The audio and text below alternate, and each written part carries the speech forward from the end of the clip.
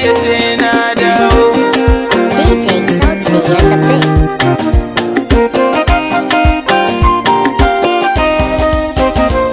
Ni ba ni jin kira kanki yau zan je a Libya. Kuɗi na auren ki ne zan je nema a Libya. Na shirya kaya na zan ban kwana na ɗau hanya. Sai ka kira na ta don Allah ka biyo mu ɗan tsaya. Na zo gidansu na yau ban kwana kan ta a ƙasa. Kuka kadai take maganar ta tanai ƙasa-ƙasa.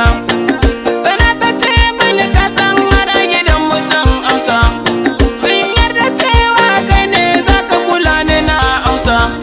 Ni ko na ce mata ai tafiya ba mutuwa ba ce, kuma zan yi tafiyar nan dan ke kar da ke mace. Ko wannan aiki zan yi silarki har da kwan ice. Ni addu'ar ki yanzu nake so kin ji zan wuce.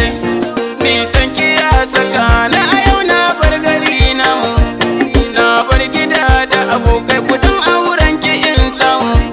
Sai jura wahala dan ni kaunar ki in samu. So karki bar ni idan kin bar ni kalar ki ban samu. Buri na bai wuce yin hango ki gidan mai yar kirki. Babu turaba ni da ke wallahi bani ina son ki. Ke ce cikin zuciyata har abada ni ne naki. Kullum tunani na bai wuce in zama to mijin naki. Duk wanda ke son ki kin ga ashe ai dole in so shi. Ko da guba aka bani akan kaunar ki zan sha shi. Kullum da san ki nake kwana haka ma nake tashi. Ko ina gadon asibiti da an zage ki zan tashi. Wayyo ni soyayya ta kawo ni garin da ba dangi, kuma ba iyaye ba kowa na wuna shige kangi.